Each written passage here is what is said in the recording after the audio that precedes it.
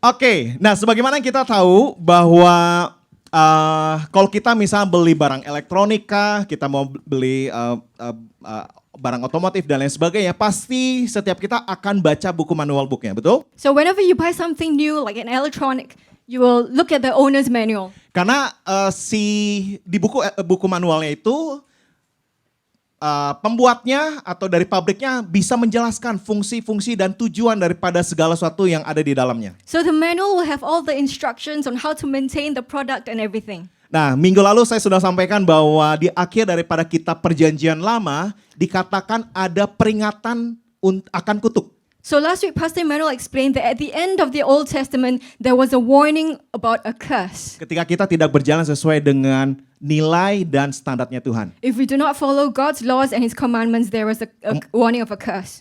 Dan kemudian di awal daripada Perjanjian Baru, apa yang Tuhan Yesus katakan, khotbah pertama yang dia sampaikan di sekian ribu orang?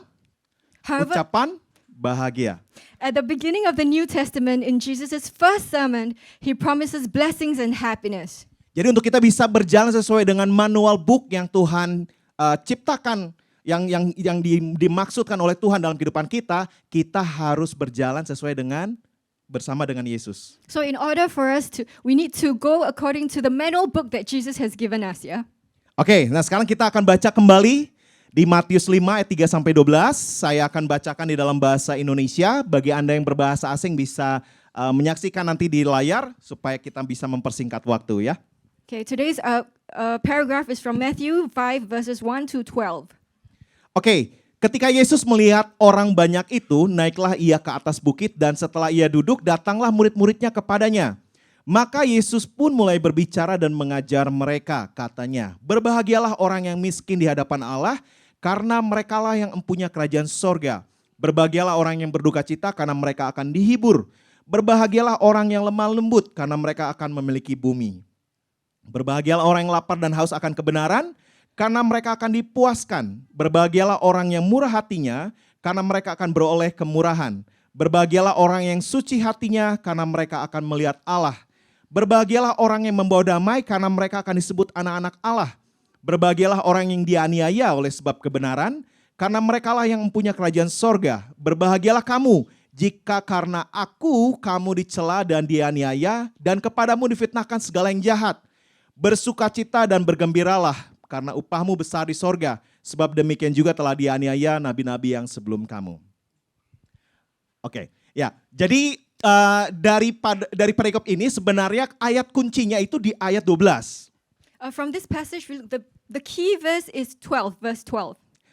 Nah, karena dihubungkan bahwa bersukacita, bergembira, tapi ada satu hal yang dibikin paradoks, yaitu penderitaan. So there is a paradox between a blessing and also sorrow, yeah, or suffering. Jadi orang yang bisa memahami ini adalah orang yang hanya bisa berjalan bersama dengan Tuhan Yesus. So only people who walk according to God's laws will understand this. Oke, nah sekarang kita bisa lihat bahwa di sekarang kita coba lihat di Matius 5 ayat 20. In Matthew chapter 5 verse 20.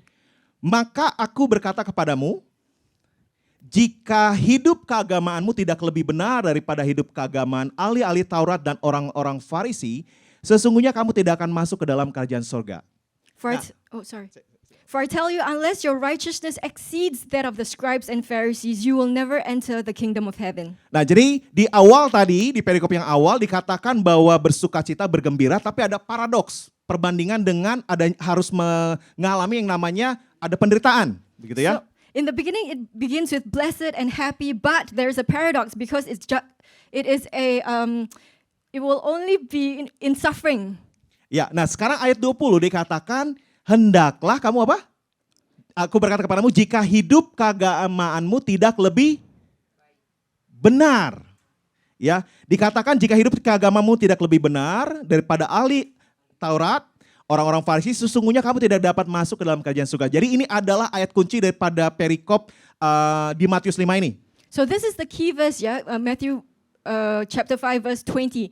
For I tell you, unless your righteousness exceeds those of the scribes and Pharisees. Jadi kalau Anda baca di dalam Perjanjian Baru, di Perjanjian Baru bahwa ahli Taurat, orang Farisi itu orang-orang yang taat beragama. So the scribes and the Pharisees and the Sadducees are people who are very fanatical in their religion. Mereka hadir setiap hari di bait Allah. So every day they would display themselves at the temple. Saya tahu beberapa volunteer ada yang hampir setiap hari. Saya selalu bilang, jangan setiap hari di gereja ya, harus pergi keluar juga berteman dengan. Oke, nah dikatakan bahwa kalau kita lihat lagi bahwa mereka membayar persembahan dan perpuluhan kepada Allah. So they paid their tithes and their offerings to the last penny. Mereka berpuasa, They fasted, mereka berdoa, they prayed, dan mereka benar-benar orang yang taat beragama. and they were truly religious. Siapa yang termasuk kriterianya di situ? Who's Ada? included in that Berpuasa, category? rajin setiap hari di gereja, dan lain sebagainya. You fast and you pray and you every day in church. Namun kenapa Yesus bilang jika hidup keagamaanmu tidak lebih benar? But shockingly, Jesus says, unless your righteousness exceeds them. Kenapa dia katakan seperti itu? Karena Tuhan Yesus nggak bilang bukan lebih baik, Jesus didn't choose to say to be better bukan lebih rajin. or to be more diligent. Ada orang Farisi yang berdoanya di tengah jalan. Nah, Those kita di semua jalan kita jalan. Dia nggak bilang harus lebih rajin dari mereka, enggak. So Jesus says, Jesus did not choose the word diligent. Lebih kusuk, dia nggak bilang gitu. Jesus did not say you have to be more Atau solemn lebih suci, or to be more holy. tapi dibilang lebih benar. But Jesus used the word righteous.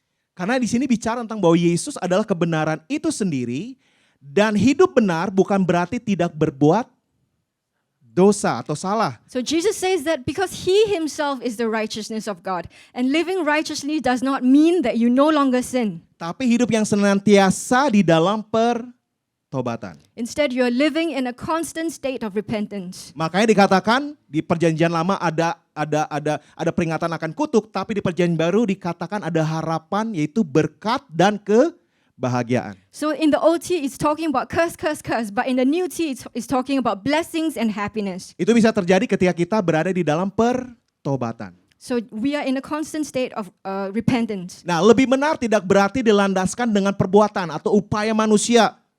So you cannot achieve that righteousness based on your own human actions and efforts. Saya bersyukur Alkitab tidak mengatakan yang benar itu adalah yang berbuat baik, memberi dengan luar biasa dan lain sebagainya. So in the Bible, it doesn't say in order to be saved, you need to do all kinds of good deeds, or you need to give all kinds of your money and stuff.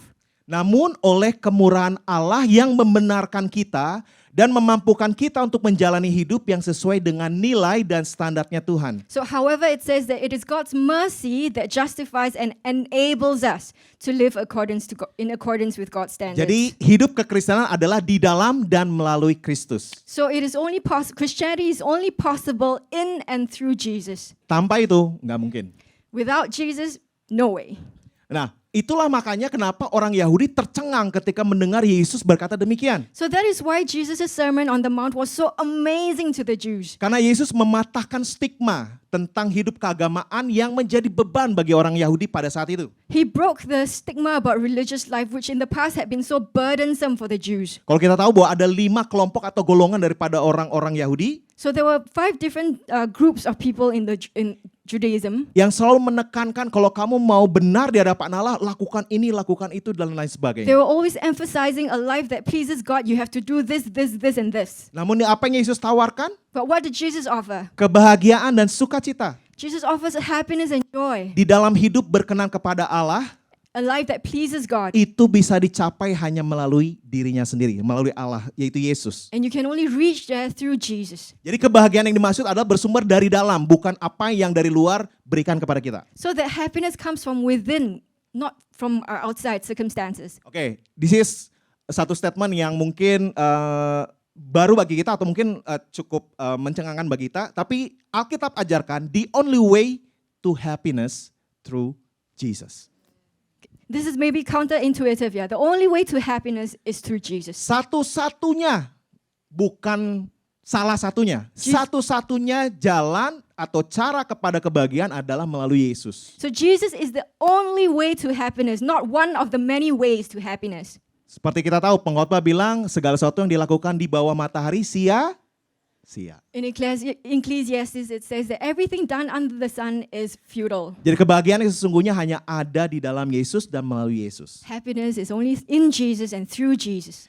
Nah, kita tahu sekarang bahwa dunia mengatakan bahagia adalah ketika orang bekerja keras. The world says happiness is when a person works hard. Pepatah Cina mengatakan bangunlah setiap hari jam 5 subuh ketika orang belum bekerja, kamu bekerja. Dan niscaya pasti kamu akan berhasil. So Chinese proverb says you wake up at 5 a.m. every morning before everyone else gets up, you will get success. Betul Nana? So true. So true. Jadi yang bangunnya jam 10, bertobat malam hari ini. Pagi hari ini. So if you wake up at 10 a.m., nah. Oke. Jam 1 siang, waduh kamu 1 p.m. Oh hibernasi. dear. Nah, dunia mengatakan bahwa kebahagiaan itu mendorong diri sampai melampaui batasan-batasan. So happiness is when you push yourself and you beyond your limits. Kalau teman kamu menjadi batasan, habisi. Lampaui. So your friend has reached here, but you need to surpass him. Nah, dunia mengatakan bahwa bahagia itu ketika mendapatkan apa yang diinginkan saat kita menginginkannya, dan di mana kita menginginkannya dan bagaimana kita menginginkannya. So in the world, happiness is when a person gets what he wants, when he wants it, where he wants it, and how he wants it. Dunia mengatakan bahwa kebahagiaan itu tampil meyakinkan. Kalau tampilannya belum meyakinkan, lu nggak bahagia. So happiness appears to have a very convincing facade. Ya, saya masih ingat dulu waktu saya masih bekerja di dunia marketing, salah satu trik marketing atau sales itu gantungan kunci.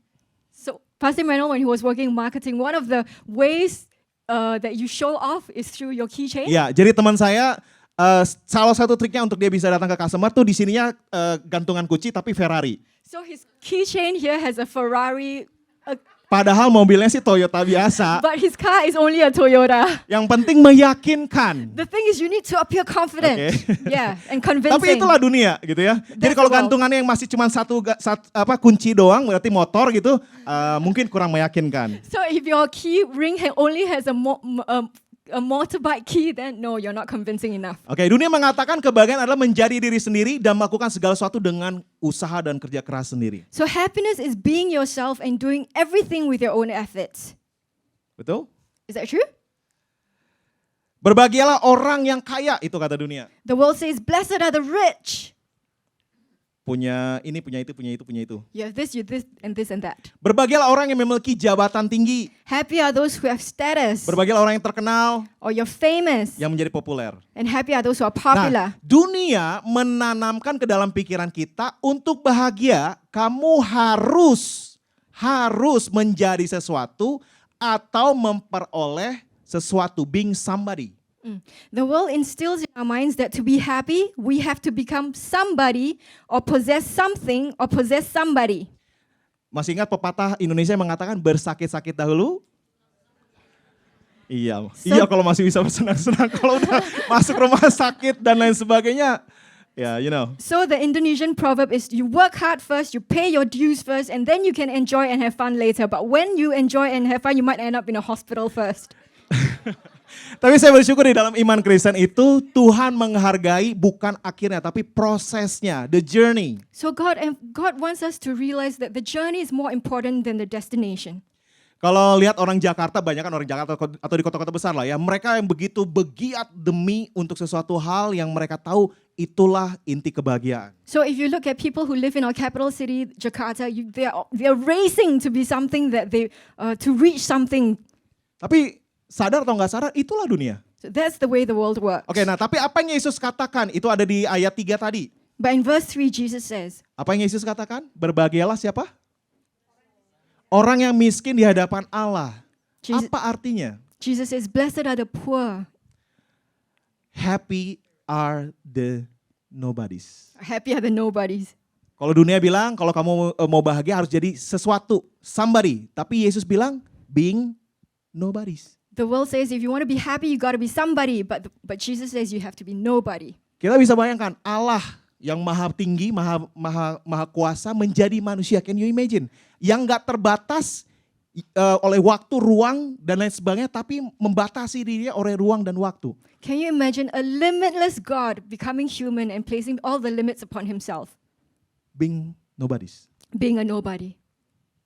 Nah, Yesus tidak memasukkan di sini miskin secara materi atau tidak punya uang begitu ya. So Jesus does not mean for us to be materially poor or having no money for basic needs. Karena kita nggak melihat di dalam Alkitab Yesus minta-minta gitu ya untuk makan atau Paulus ketika dalam kesusahan dia minta makan sama orang atau minta-minta, itu nggak ada dalam Alkitab. Because it was never recorded in Bible that Jesus begged for food, or even when Paul, when he was in need, he Nah. never had to beg. Yang Yesus maksudkan adalah miskin di hadapan Allah, yaitu mengacu pada pribadi batiniah kita. So Jesus meant being poor before God. It refers to the inner person, not the physical body. Bukan tubuh secara fisik. Nah, mengemis di dalam bukan di luar. It means that you're having a begging attitude on the inside, not the outside. Jadi bahasa aslinya tuh begging, memohon, meminta. So you're begging, you're please give me this, or please. Nah, apa artinya itu? Yaitu orang yang rendah hati dan bukan rendah diri. But a humble person is not inferior. Tuhan mengidentifikasikan miskin di hadapan Allah yaitu dengan orang-orang yang mengemis dari dalam, bukan orang-orang yang mampu mencukupi diri sendiri, bukan orang-orang yang berpikir bahwa mereka dapat mengusahakan keselamatan mereka sendiri. God identifies the poor in spirit as people who recognize their own lack, not people who are self-sufficient, and definitely not people who think they can work out their own salvation. Orang yang miskin dalam semangat bukan berarti miskin semangat dalam arti kurang semangat. Do not equate being poor in spirit as the same thing as lacking enthusiasm, yeah? Karena semangatnya itu yaitu di dalam Tuhan. Because enthusiasm and energy comes from God. Itulah kita dengar kata antusias, entheos, di dalam Tuhan. Entheos, it means to be in the Lord. Nah, orang yang miskin semangat adalah individu yang tidak memiliki rasa mampu untuk mandiri. So people who are poor in spirit are always dependent upon God. Nah, apa yang Yesus maksudkan? Berbahagialah orang-orang yang miskin secara rohani, yaitu orang-orang yang hampa secara rohani, bahwa dia menyadari bahwa dia terhilang tanpa Tuhan. Blessed are the poor. They realize that they are spiritually empty, they are spiritually bankrupt, they are broken, and they cry out to God for mercy. Ketika kita merasa nobodies, ketika kita merasa bukan siapa-siapa, kita akan bergantung kepada sumber yang apa-apa itu. When we realize that we are nobodies, then we can depend on that somebody. Mereka adalah orang yang berbahagia yang memanfaatkan sumber kebahagiaan yang sesungguhnya, yaitu Yesus. So they are the happy ones because they can tap into the true source of happiness, which is Jesus. Maka itulah yang dikatakan bahwa mereka akan mengalami Tuhan dan menikmati kerajaannya. They will be those who experience God and enjoy His kingdom. Dunia berkata harus menjadi kuat, bangga pada diri sendiri, capai mimpi dan cita-citamu. Tapi Tuhan berkata ketika kamu mengakui kelemahanmu, ketika kamu mengakui ketidakberdayaanmu, itu adalah permulaan untuk kamu hidup sesuai dengan kehendak-Nya. The world says you have to be strong, you have to do this and that, you have to achieve your dreams and aspirations. But God says when you admit your weakness, when you admit you're helpless, that's not the end, it's the start. Maukah kita katakan, Tuhan saya nggak mampu tanpa Tuhan. Are we willing to come to God and say, God, I cannot do anything without you? Itulah yang dikatakan miskin di hadapan Allah. So that is poor in spirit. Nah, sekarang bagaimana caranya untuk bisa miskin di hadapan Allah? How to be poor before God? Saya mau ajak semua kita pandang Yesus dan firman-Nya Always look to Jesus and His word. dan jangan kasih makan daging. Don't feed your flesh. Selalu bertanya dan meminta pertolongan dan kemampuan dari Tuhan. And keep asking Him for help and His anointing. Orang yang sering berdoa People who pray often. adalah satu ciri miskin di hadapan Allah. One of the ways that you know whether you are poor in spirit is when you pray. Pernah nggak disindir sama teman? Masa kayak gitu aja doa sih? Maybe your friend says, how come you pray about such a small thing? Untuk teman hidup doa? Do you pray about your life partner? Cari! Wah gitu kan? You need to Biasanya kan go out disindirnya and gitu. look, not pray. Ya. Tapi kalau kita mau miskin di hadapan Allah, it mean kita mau berdoa dan mengandalkan Dia di atas segalanya. But to be poor in spirit, you want to depend on God in everything. Oke, sekarang yang kedua, ayat berikutnya dikatakan apa? Berbahagialah Blessed are the next verse. orang yang berduka. Happy are the sad. Jadi kesedihan ini ada berbagai macam, betul? Ada sedih yang normal atau proper seperti permasalahan yang dihadapi, orang kehilangan orang yang dikasihi, itu dikatakan sedih. So happy are those who mourn. Happy are the sad. There are various kinds of sadness. There is normal or proper sadness, such as when we are facing problems or when we are grieving, when we lose people that we love. Tapi ada kesedihan yang nggak normal But there atau improper. An improper or abnormal sadness. Kalau nanti baca di dalam 2 Samuel 13 itu ada kisah Amnon, maaf kata, yang sedih karena begitu dia ingin menikahi adik kandungnya sendiri. So this is the story of Amnon, who was sad because he really wanted to marry his own sister in Jadi 2 Samuel. jadi ada kesedihan yang didorong karena nafsu.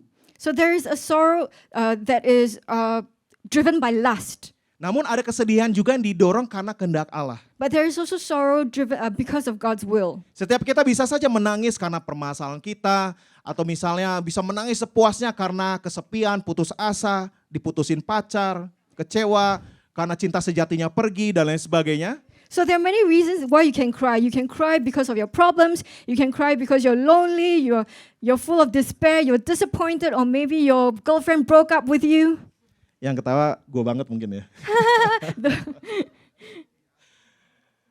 Oke, tapi ketika semuanya itu telah dikatakan atau dilakukan, tidak satu pun kesedihan dari dunia ini yang akan memberi Anda manfaat dan kehidupan. So however, when all is said and done, none of those worldly sorrows are able to give you life. Di dalam 2 Korintus 7 ayat 10 dikatakan, sebab duka cita menurut kehendak Allah menghasilkan pertobatan yang membawa keselamatan dan yang tidak akan disesalkan. Tetapi duka cita yang dari dunia ini menghasilkan kematian. So in 2 Corinthians chapter 7 verse 10 it says, "For godly grief produces a repentance that leads to salvation without regret, whereas worldly grief produces death." Jadi duka cita di sini berbicara tentang pertobatan. So godly sorrow is related to repentance. Duka cita menurut kehendak Allah berhubungan dengan pertobatan dan pertobatan berhubungan dengan dosa. So this is the kind of repentance, the kind of sorrow that means you're sorry for your sin. Jadi berduka cita karena menyesal atas apa yang dosa yang kita lakukan. Because you regret your past sins. Namun kebahagiaan yang dijanjikan atas duka cita tersebut bukan berasal dari duka citanya, tapi melainkan berasal dari Allah yang meresponi duka cita tersebut. Being sad will not result in that happiness, but the happiness comes from God who responds to the sorrow. Pernah menyadari bahwa ketika kita dalam hati nurani kita, misalnya Tuhan bicara dan bilang kamu salah. So maybe God says to you, God convicts you and say you were wrong. Nah, ketika kita berduka, Tuhan maaf. Saya pernah satu ketika, saya nggak perlu jelasin detailnya, tapi I'm feeling very guilty gitu ya. Waktu itu saya merasa sangat bersalah sekali. So at that time, Pastor Manuel was feeling very guilty. Anak saya sebenarnya nggak salah kan dicubit pipinya ya, So sama orang yang dikenal gitu ya. someone that a stranger came and pinched Rafi, Annabelle's cheek. Jadi saya menyadari bahwa karena saya punya anak perempuan, ngerasa pengen melindunginya tuh tinggi banget. Apalagi saya punya latar belakang keluarga yang beberapa kejadian nggak menghormati. Saya mengalami dari baik kakak saya maupun mama saya mengalami ada diperlakukan dengan tidak baik. So at that time, Pastor Manuel, his protective spirit came out. Yeah, he really wanted to protect his daughter. Nah waktu itu saya nggak masalah sih sebenarnya dipegang, tapi kenapa kok hati saya gelisah ya? So to him, maybe it's a normal Cuman pipinya thing sih sebenarnya, pipinya. for a Gitu stranger ya. to just pinch the Dan daughter's yang cheek. pegang itu laki. A man, a guy. But Bukan berarti nanti saya cerita gini, nanti yang laki-laki jangan. Itu salah satunya juga sih. Enggak. Yeah, Pastor Manuel just felt so. Terus akhirnya saya doa sama Tuhan, Tuhan kenapa ya Tuhan? Apakah seharusnya saya katakan, jangan pegang anak saya, atau bagaimana gitu? So Pastor Manuel was asking God, why did I feel that way? What should I have done? Tapi logika saya bilang, kan nggak salah. Dia cuman cubitin begini, pipinya gitu, lucu ya gitu. Tapi beberapa kali. Logically, it wasn't a big deal. He was just pinching the cheek like for a long time. Tapi hati saya benar-benar gelisah, jujur. But Pastor Manuel Tengah was malam really, saya berdoa sama Tuhan, aduh sorry deh Tuhan. and Pastor Manuel was like saying, why do I feel so bad inside, like a turmoil inside? Sebisa yang saya mau melindungi anak perempuan saya. He wants to protect Annabelle, his daughter. Saya minta ampun sama Tuhan. And he asked for forgiveness from the Lord. Itulah duka cita yang Tuhan responi. Kita tahu bahwa kita salah dan Tuhan responi. Karena sikap yang berduka, karena dia tahu bahwa kita bersalah.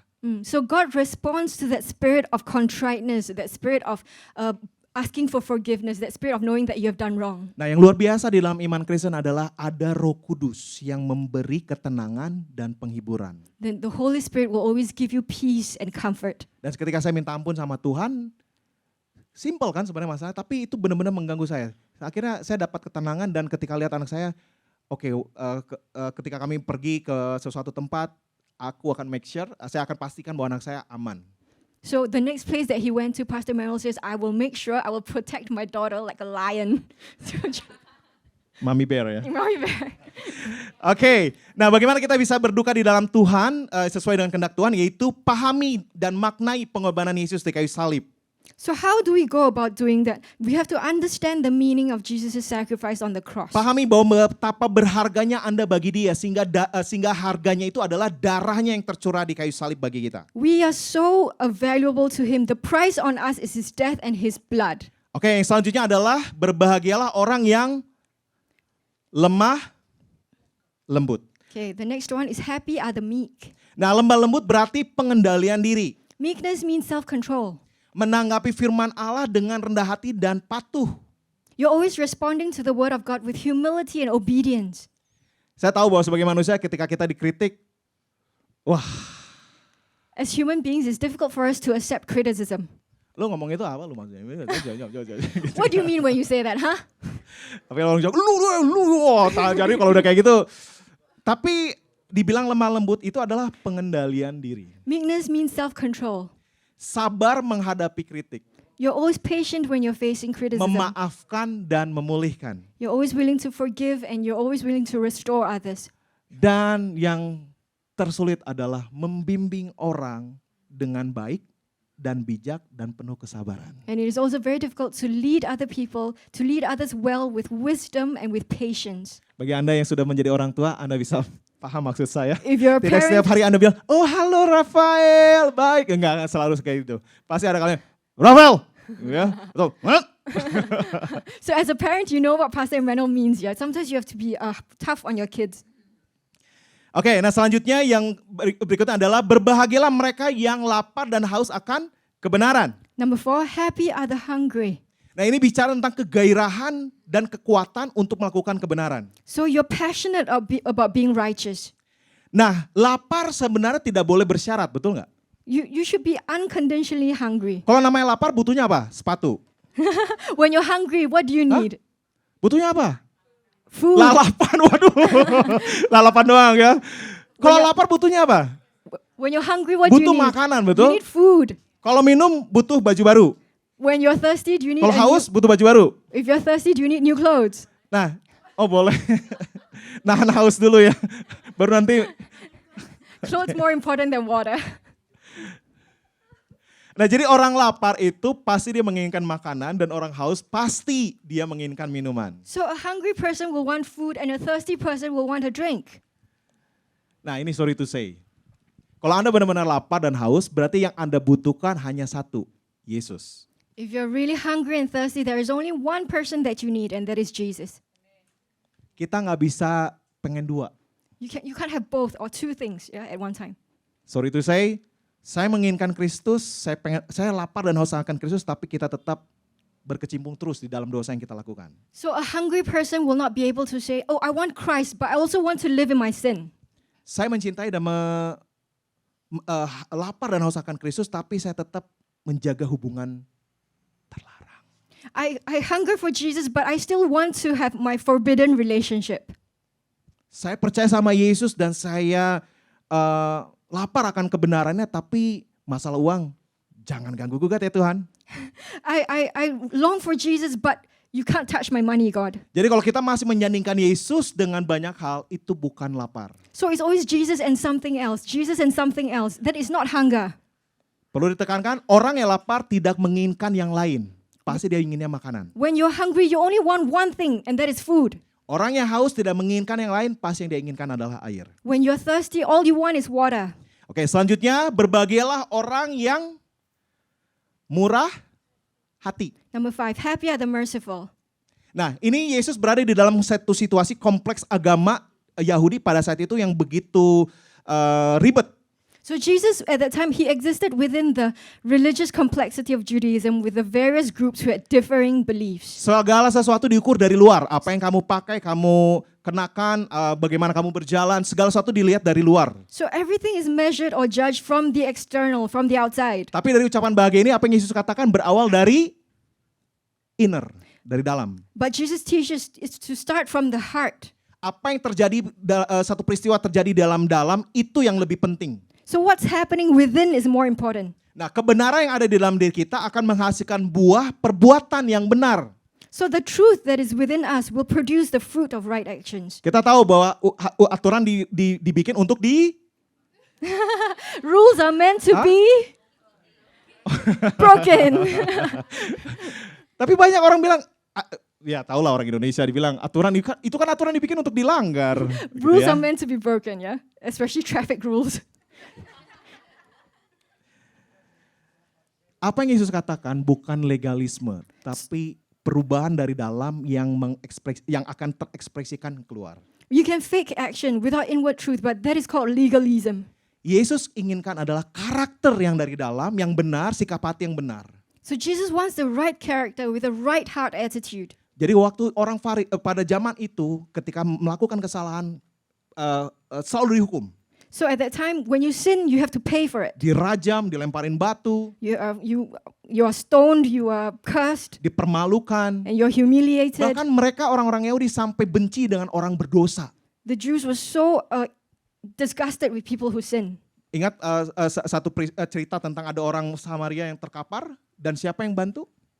Ada orang yang terkapar dan siapa yang bantu? Apakah orang Lewi, orang Farisi, orang Samaria? Do you remember the person who was robbed and was just left lying on the ground? Who helped him? Not the Pharisees, not the scribes, but the Samaritan. Jadi apa yang Yesus katakan di situ adalah tentang belas kasih itu nggak melihat siapa dia, agamanya apa, status budayanya apa, kulitnya warna apa. So true religion is not looking at other people on the outside, yeah, what the color of the skin is or what they do, but from the heart. Jadi murah hati ini bicara tentang pengampunan yang nggak memandang. Gue ampunin lu, tapi lu harus begini. So there is you have to forgive without any conditions, yeah. I forgive you, but you have to do this, and this. That's wrong. Saya mencintai kamu, tapi kamu harus lakukan yang saya mau dong. And I love you, but in order for me to love you, you have to be a certain way. Tidak seperti itu. Jadi kemurahan di sini adalah bicara tentang adil di dalam segala sesuatu. Melihat orang bukan berdasarkan apa yang dia tampil di luarnya, tapi apa yang dari dalam. So in order, you have to be merciful, not looking at what other people are like on the outside. Oke, yang selanjutnya adalah happy are the holy atau berbahagialah orang yang suci. Number 6, happy are the holy. Saya tahu bahwa nggak ada orang yang sempurna, betul? No perfect person on earth, Tapi right? Tuhan bilang sempurnalah sebab aku adalah sempurna. But Jesus says, be perfect as I am perfect. Nah ini ada hal yang kita perlu pahami bahwa ada dua jenis agama di dunia ini. So there are only two kinds of religions in this world. Salah satunya adalah agama yang pencapaian manusia, yaitu manusia yang mencapainya. So one type of religion is human achievement religion. Yang hadir dalam berbagai macam nama, namun semuanya berasal dari dasar yang sama, yaitu kita memperoleh hasil dengan cara kita sendiri. So many different names for many different religions, but all stem from the same foundation. That is, you get results based on your own efforts. Nah yang lainnya adalah agama yang berdasarkan pencapaian Allah yang mencapai manusia. But Christianity says that it's divine achievement. Only God can do it. Nah itulah yang membutuhkan saya nggak bisa melakukannya, hanya Allah yang melakukannya di dalam Kristus. So that's why you have to come to God and say, God, I can't do anything without you. Jadi You do it. sanctification atau pengudusan itu adalah proses setiap hari berjalan bersama dengan Tuhan, dengar firman Tuhan, hidup di dalam kebenarannya. So sanctification is a daily process, listening to God's word, obeying His word, everyday, daily work. Yang menjadikan Yesus pusat segalanya. And you make Jesus the center of your personality. Makanya iman Kristen bisa dinalari dengan logika, So you can work out your faith with logic, tapi untuk mengalami Yesus harus perjumpaan pribadi dengan Tuhan sendiri. but in order to really meet Jesus, you need to meet Jesus. Oke, yang terakhir. Sebenarnya nggak terakhir sih ya. Ya, oke. Happy are the peacemaker. Berbahagialah orang yang membawa damai. Happy are the peacemakers. Kalau di hari Rabu setiap kita latihan, berbahagialah orang yang membawa martabak. Ketika worship team latihan, apalagi choir latihan ya. Kita listnya banyak loh. Oke, just kidding. Should I translate that? Ya. On Wednesdays, if they have music practice, whoever brings martabak. Oke. Martabak. Nah, pembawa damai ini ada satu hal yang mungkin gak semua orang bisa terima. Tapi dikatakan gini bahwa perdamaian, beberapa orang mendefinisikan perdamaian sebagai tidak adanya konflik atau perselisihan. So some people define peace as the absence of conflict or disagreement. Kita tahu bahwa kalau nggak ada konflik dan perselisihan itu hanya ada di mumbul. You can Yeah. only exist without conflict and when you are dead. Ada yang ribut, at kuburan Mumbul. satu sama kuburan duanya ribut gitu, tengkar gitu nggak ada kan? So there are no Okay. conflicts between this grave and that grave. Namun menurut apa yang Yesus ajarkan, kedamaian itu lebih daripada sekedar ketiadaan tentang sesuatu, konflik dan perselisihan, tapi kehadiran akan kebenaranlah yang menyebabkan hubungan yang benar. So peace in God's eyes is more than the absence of conflict or disputes. It is the presence of truth that causes right relationships. Nah, perdamaian bukan sekedar yang menghentikan perang, tapi perdamaian adalah menciptakan kebenaran yang menyatukan musuh dalam kasih. Makanya kita lihat di dalam Alkitab, berdoalah bagi mereka yang menganiaya kamu. So peace is not just about stopping war. Peace is creating truth that unites enemies in love. That's why in the Bible it says, pray for those who persecute you. Bu Hosana bisa bacakan yang bahasa Inggrisnya? The only real peacemakers in the world are those who bring men to righteousness, to God's standards. Jadi orang yang disebut pembawa damai adalah orang yang membawa dunia kepada kebenaran dan kepada standarnya Tuhan. Jadi jika Anda memiliki kebenaran Allah, maka hidup Anda harus bisa membawa kebenaran itu kepada dunia. You should be able to bring peace to people in the world. Baik, nah selanjutnya sebenarnya ada di ayat 11 dan 12, 10, 11, 12. Tapi kita nggak bahas hari ini karena saya tahu bahwa itu ada pembahasan yang cukup dalam karena bicara tentang penderitaan.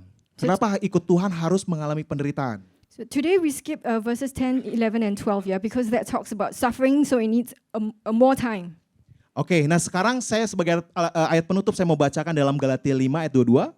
In conclusion, in Galatians chapter 5, 22, Tetapi buah roh ialah kasih, sukacita, damai sejahtera, kesabaran, kemurahan, kebaikan, kesetiaan, kelemah lembutan, penguasaan diri. Tidak ada hukum yang menentang hal-hal itu. Barang siapa menjadi milik Kristus, ia telah menyalibkan daging dengan segala hawa nafsu dan keinginannya. Jikalau kita hidup oleh roh, baiklah hidup kita juga dipimpin oleh roh. Dan janganlah kita gila hormat, janganlah kita saling menantang dan saling mendengki. but the fruit of the Spirit is love, joy, peace, patience, kindness, goodness, faithfulness, gentleness, self-control. Against such things there is no law. And those who belong to Christ Jesus have crucified the flesh with its passions and desires. If we live by the Spirit, let us also keep in step with the Spirit. Jadi kalau inilah kebahagiaan yang Tuhan maksudkan, kebahagiaan hanya bisa tercapai di dalam Dia. So this is the happiness that God is talking about. Nah pagi hari ini saya mau ajak ada 3 hal saja yang kita sama-sama tanamkan dalam diri kita, yaitu right words, perkataan yang benar. Kemudian ada right worship, penyembahan yang benar. Dan yang ketiga adalah right relationship, hubungan yang benar. So in application, there is right words, right worship, and right relationships.